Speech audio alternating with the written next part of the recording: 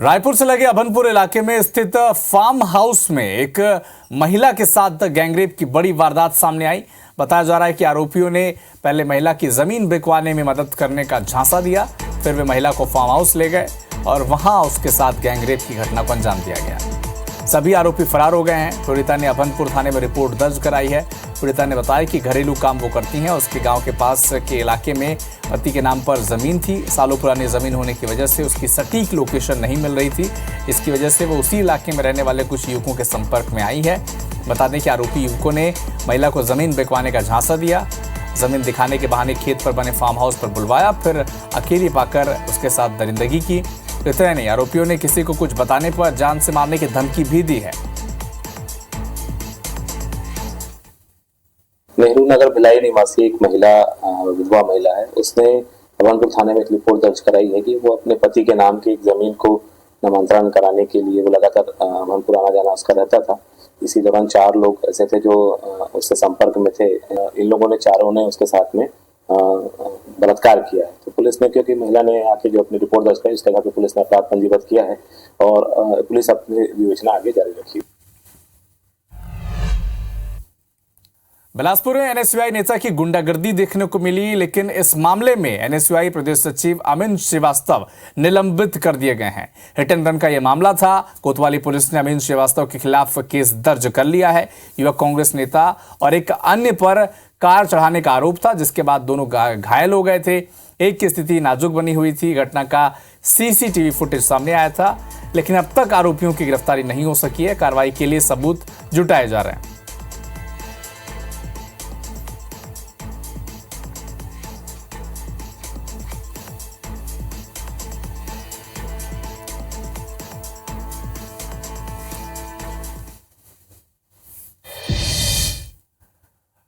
खरगोन में ट्राले ने बाइक सवार को टक्कर मार दी। बाइक में पिता और बेटा सवार थे। बेटे की मौके पर ही मौत हो गई, जबकि पिता गंभीर रूप से घायल है। घायल को उपचार के बाद खरगोन रेफर कर दिया गया। कसरावत थाना क्षेत्र के सावदा गांव की घटना है, जबकि देवास में बेकाबू रफ्तार ने हरदा से इंदौर जा रही बस पलट गई। एक की मौत हो गई, 15 यात्री घायल हो गए। घायलों को खातेगांव अस्पताल में भर्ती कराया गया। बरवाड़ फाटे के पास की घटना बताई जा रही है।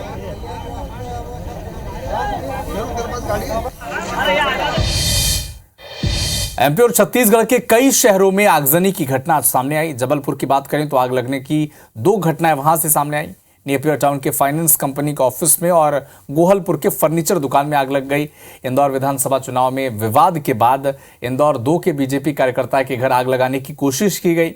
बीजेपी कार्यकर्ताओं की शिकायत के बाद कांग्रेस कार्यकर्ताओं पर केस दर्ज भी कर लिया गया है, जबकि भिलाई में अज्ञात बदमाशों ने घर के बाहर खड़ी कार में आग लगा दी। जामुल थाना क्षेत्र की घटना है। इसके अलावा इंदौर में फूड डिलीवरी बॉय की बाइक में बदमाशों ने आग लगा दी। दमोह की बात करें तो इंदिरा कॉलोनी में एक बिजली के पोल में आग लग गई। घंटों तक ब्लास्ट होता रहा। जब बिजली विभाग को जानकारी दी गई, तब वो कर्मचारी वहां पर पहुंचे।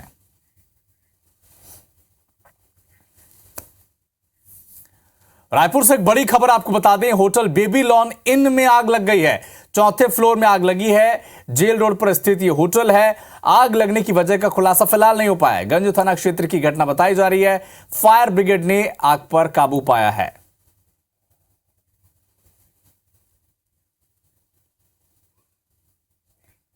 होटल है, वहां पे भीषण आग लगी है और इस समय खड़ा हूं जो होटल के पास में जो रिहायशी इलाका है उसकी छत पे आप देख सकते हैं कि ये 4था फ्लोर है जहां होटल का, और इसमें बताया जा रहा है कि ये यहाँ पे एग्जॉस्ट का जो यहाँ पे इलाका था। आप ये देख सकते हैं कि यहाँ पे काफी अफरा तफरी का माहौल है, क्योंकि आसपास जो है काफी रिहायशी इलाका है और आसपास जो है काफी जो घर है वो आसपास है। आप देख सकते हैं दमकल कर्मी समेत जो स्थानीय लोग हैं वो अभी आग बुझाने का प्रयास यहाँ पे कर रहे हैं, लेकिन यहाँ पे जो कह सकते हैं कि आग जो है 4थे फ्लोर पे लगी है और वहां तक जो है फायर ब्रिगेड का जो पावर है वो वहां तक नहीं जा पा रहा है, लेकिन यहाँ पे आग बुझाने का प्रयास किया जा रहा है। अभी यहाँ पे जो होटल को पूरी तरह से खाली करा लिया गया है और अभी जो स्टाफ है वो भी बाहर निकल गया है। काफी अफरा तफरी का माहौल है। हम यहाँ पे एक बार फिर से आपको दिखाना चाहेंगे कि जो स्थानीय जो कॉलोनी है वो वहाँ पे भी काफी अफरा तफरी का माहौल है। यहाँ पे थाना पुलिस समेत जो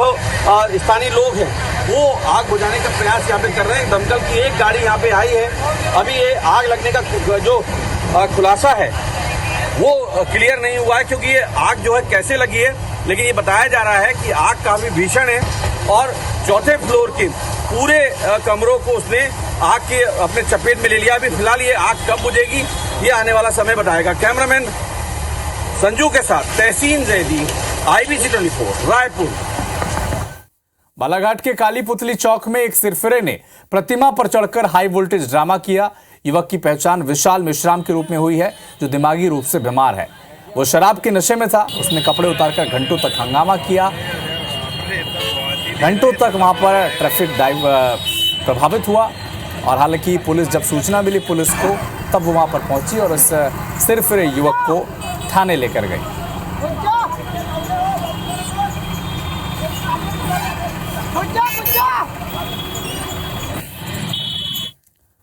रतलाम में मामूली विवाद में बांद्रा जयपुर ट्रेन में चाकूबाजी हो गई। 4 युवकों ने एक युवक पर हमला कर दिया। घायल को रतलाम के जिला अस्पताल में भर्ती कराया गया है। घायल और आरोपी अजमेर से रतलाम आ रहे थे। पानी की कैन पर पैर लगने को लेकर यह विवाद हुआ, जिसके बाद जीआरपी ने दोनों पक्षों के खिलाफ केस दर्ज किया है। गिरफ्तारी किसी की नहीं हुई है।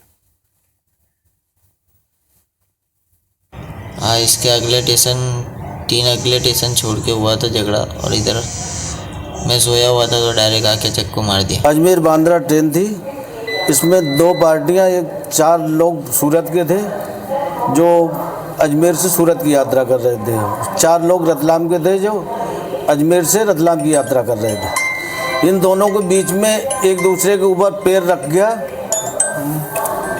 पैर रखने की बात में से इनका आपस में विवाद हुआ। दंतेवाड़ा में नक्सलियों की 2 अलग अलग जगह से कायराना करतूत सामने आई है। पहली तस्वीर दंतेवाड़ा के कमारगुड़ा से है, जहां आईडी की चपेट में आने से 2 जवान घायल हो गए। दूसरी तस्वीर लोहागांव इलाके से है, जहां नक्सली उन्मूलन अभियान के तहत सुरक्षा बलों ने 4 आईडी बरामद किए हैं। CISF के जवान गश्त के लिए निकले थे। नक्सलियों ने धोबीघाट तिराहा के पास लोहागांव जाने वाले रास्ते में पहाड़ी पर आईडी लगाई थी। मौके से सुरक्षा बलों ने 5 किलो का 1, 2 और आईडी बरामद किया था। दंतेवाड़ा के कमारगुड़ा में घायल जवान को MI-17 हेलीकॉप्टर से इलाज के लिए रायपुर लाया गया। घायल जवान का नाम रोशन हिकमी बताया जा रहा है।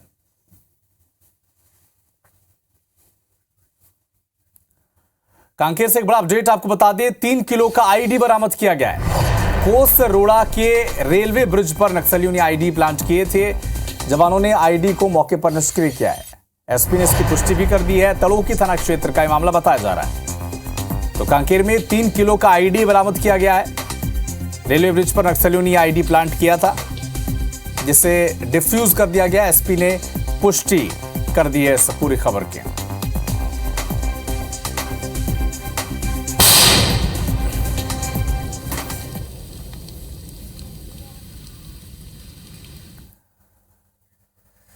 कर्नाटक होमगार्ड के 1400 जवान बैतूल में फंस गए हैं। चुनाव ड्यूटी में ये बैतूल आए हुए थे और लगातार मतदान के बाद इन्हें वापस भेजने की कोई इंतजाम नहीं किए गए।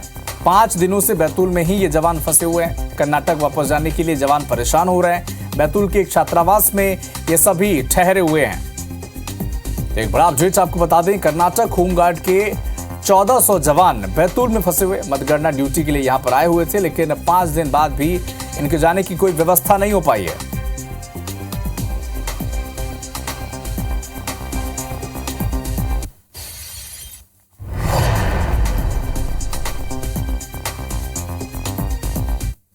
लेना आया है। अच्छा ये बताए क्या किस वजह से आया? गरियाबंद के रावण भाटा में विवेक साहू के घर में घुसे तेंदुए का सीसीटीवी फुटेज सामने आ चुका है। सीसीटीवी फुटेज में तेंदुआ चारदीवारी के अंदर चक्कर काटते दिखा और घर के पालतू कुत्ते उसे रोकने की कोशिश करते दिखे। 1 हफ्ते पहले एक तेंदुआ ने इसी विवेक साहू के घर में एक बछड़े को शिकार बना लिया था, जिससे लोगों में दहशत का माहौल है। वन विभाग कह रहा है कि वन कर्मचारियों की नियुक्ति कर दी जाएगी, जो लगातार तेंदुए पर नजर रखेंगे।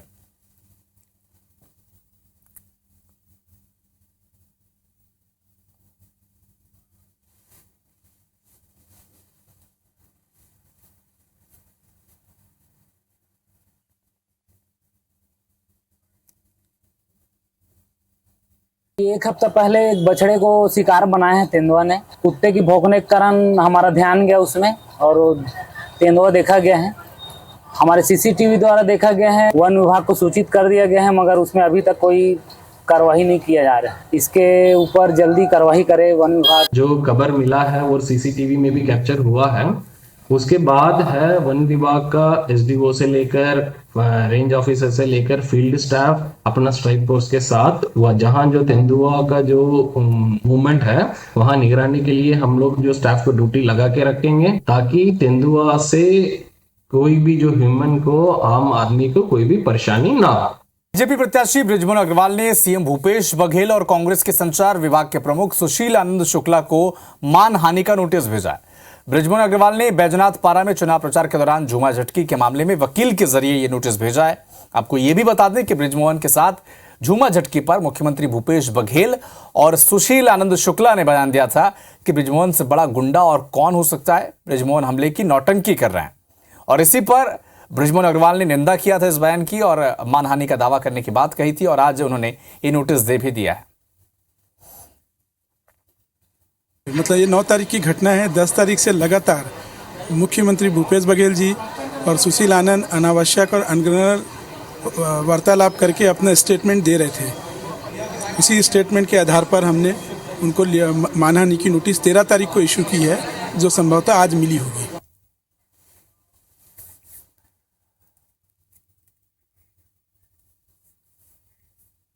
मुख्यमंत्री पद को लेकर डिप्टी सीएम टीएस सिंहदेव का एक बड़ा बयान सामने आया। टीएस सिंहदेव ने कहा कि हाईकमान जो तय करेगा वही मुख्यमंत्री बनेगा। इसे लेकर सीएम भूपेश बघेल, सैलजा और महंत के बीच चर्चा भी हो चुकी है। अन्य मुद्दों पर क्या कुछ कहा, आप भी सुनिए।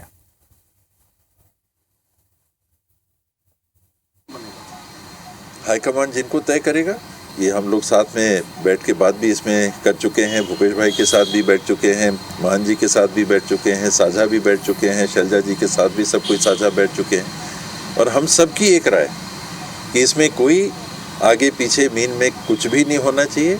एक लाइन, हाई कमांड जो तय करे वो फाइनल, और सब इसमें सहमत हैं। बीजेपी नेताओं ने छत्तीसगढ़ में बीजेपी की सरकार बनने का दावा किया है। बीजेपी नेता कह रहे हैं कि मैतारी वंदन योजना और धान समर्थन मूल्य का चुनावी वादा प्रदेश में सत्ता दिलाने जा रहा है। साथ ही बीजेपी नेता छत्तीसगढ़ के कई इलाकों में महिलाओं की बंपर वोटिंग को इसका संकेत भी बता रहे हैं। ये दावा नहीं यथार्थ है। लोग अब परिवर्तन चाहते हैं और इसके कारण जो है अब मोदी की गारंटी, जो हमारा घोषणा पत्र था उस पर लोगों ने विश्वास अर्जित किया, तो ये सभी वर्गों के अंदर एक विश्वास है जिसके आधार पर हम कह रहे हैं कि हमारी सरकार बनेगी। देखिए, छत्तीसगढ़ में निश्चित रूप से भारतीय जनता पार्टी की सरकार जो है वो आ रही है, क्योंकि कांग्रेस ने महिलाओं के लिए कुछ नहीं किया, उल्टा महिलाओं से वादा खिलाफी किया शराबबंदी के नाम पे। इससे महिलाएं जो है पूरी तरह से कांग्रेस के खिलाफ है और भारतीय जनता पार्टी के पक्ष में वो वोट की है। सवाल ही पैदा नहीं उठता। भारतीय जनता पार्टी ने 15 साल में तो सोचा नहीं, 5 साल में उनको मालूम पड़ गया कि कांग्रेस पार्टी ने जिस एजेंडा में काम किया, कांग्रेस पार्टी ने जिस घोषणा पत्र में काम किया, उसी में फायदा है। उनकी जितनी भी घोषणाएं हैं उसको आप उठा के देख लीजिए। हमारे 5 साल में जो हम लोगों ने कर लिया और जो करने वाले हैं उसकी नकल वो लोगों ने मारा है।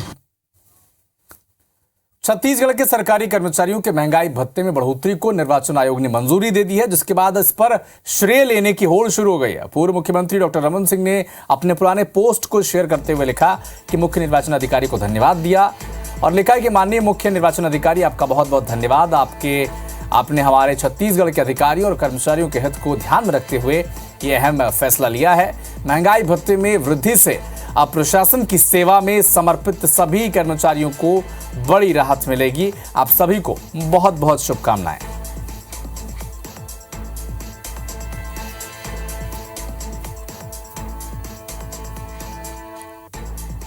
बलरामपुर जिले के फूली डूमर में महिला के अंधे कत्ल की गुत्थी पुलिस ने सुलझा दी है।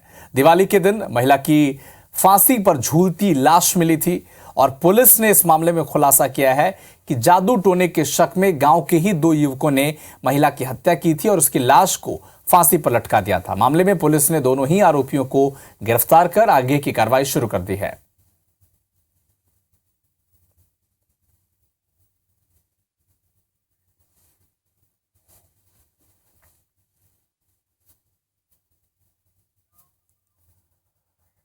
रायगढ़ के जूट मिल इलाके में एक महिला स्टार्टअप कंपनी में निवेश के नाम पर 1 करोड़ रुपए की ठगी का शिकार हो गई। महिला ने कौशल विकास योजना का सेंटर खोलने के नाम पर कंपनी में निवेश किया था, लेकिन कंपनी चिटफंड की निकली और निवेश के बाद कंपनी के डायरेक्टर ने फोन उठाना तक बंद कर दिया। महिला ने जूट मिल थाने में मामले की रिपोर्ट दर्ज कराई है, जिसके बाद पुलिस ने केस दर्ज कर मामले की जांच में शुरू कर दी है।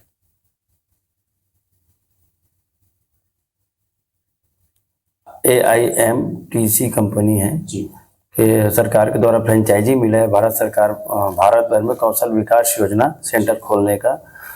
उसमें प्रार्थी के द्वारा पैसा निवेश किया गया जी और एग्रीमेंट किया गया।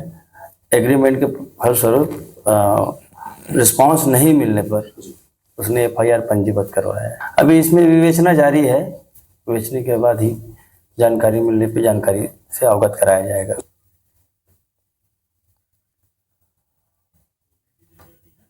एमपी में साल 2018 में हुई प्राथमिक शिक्षक भर्ती मामले में जबलपुर हाईकोर्ट ने राज्य सरकार को हर हाल में जवाब पेश करने का निर्देश दिया है। पूरा मामला प्राथमिक शिक्षक के पदों पर BEd डिग्रीधारियों की नियुक्ति को चुनौती देने का है, जिस पर कई याचिकाएं जबलपुर हाईकोर्ट में दायर की गई थी।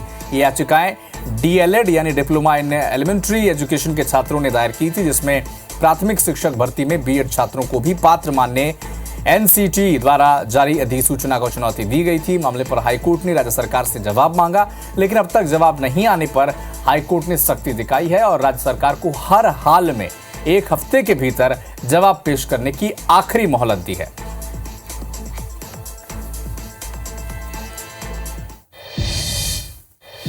नर्मदा नदी के 300 मीटर के दायरे में अवैध निर्माण के मामले में जबलपुर हाईकोर्ट ने राज्य सरकार से रिपोर्ट मांगी है।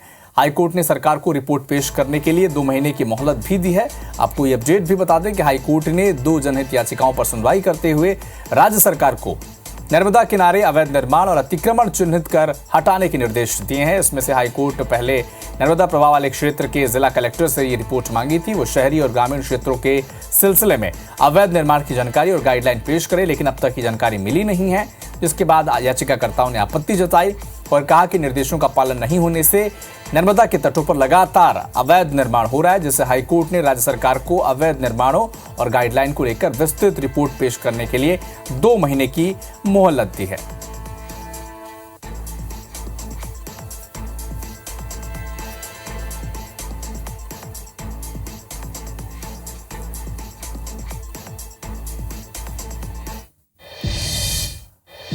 स्वर्ण रेखा नदी को लेकर बुधवार को फिर से हाईकोर्ट की ग्वालियर खंडपीठ में सुनवाई हुई। इस दौरान हाईकोर्ट की डबल बेंच ने स्मार्ट सिटी CEO, नगर निगम आयुक्त, DFO, जल संसाधन विभाग को जमकर फटकार लगाई। हाईकोर्ट ने कहा कि करोड़ों रुपए खर्च करने के बाद भी नदी क्यों नाला बनी हुई है। 16 साल से वाटर ट्रीटमेंट प्लांट नहीं बना पाए, ऐसा कब तक चलेगा। हाईकोर्ट ने 9 दिसंबर को सभी विभागों से स्टेटस रिपोर्ट तलब की है, जिसमें विभागों को यह बताना होगा कि उन्होंने स्वर्ण रेखा नदी को लेकर उसे पुनर्जीवित करने के लिए क्या क्या किया है, साथ ही उनके आगे के प्लान क्या हैं। आपको यह भी बता दें कि विश्वजीत रतोनिया ने स्वर्ण रेखा नदी को पुनर्जीवित करने और सौंदर्यीकरण की मांग को लेकर जनहित याचिका लगाई है और पहले भी जिम्मेदारों को फटकार हाईकोर्ट लगा चुकी है। बावजूद इसके स्वर्ण रेखा नदी को पुनर्जीवित करने के नाम पर केवल कागजी कार्रवाई की जा रही है। स्वर्ण रेखा नदी को बचाने की लड़ाई लड़ रहे हैं, जो कि एक समय में ग्वालियर की जीवनदायिनी हुआ करती थी। आज उस पर सुनवाई थी और अब माननीय न्यायालय ने अगला जो तारीख डिसाइड किया है वो 9 तारीख डिसाइड किया है जनवरी के महीने में, और एक बार फिर वो इम्प्लीमेंटेशन मोड में सुनवाई विभाग की जानी है और जो काम न्यायालय ने बोले हैं उन पर चर्चा और एक कंप्लायंस रिपोर्ट वहाँ पेश की जानी है विभागों के द्वारा।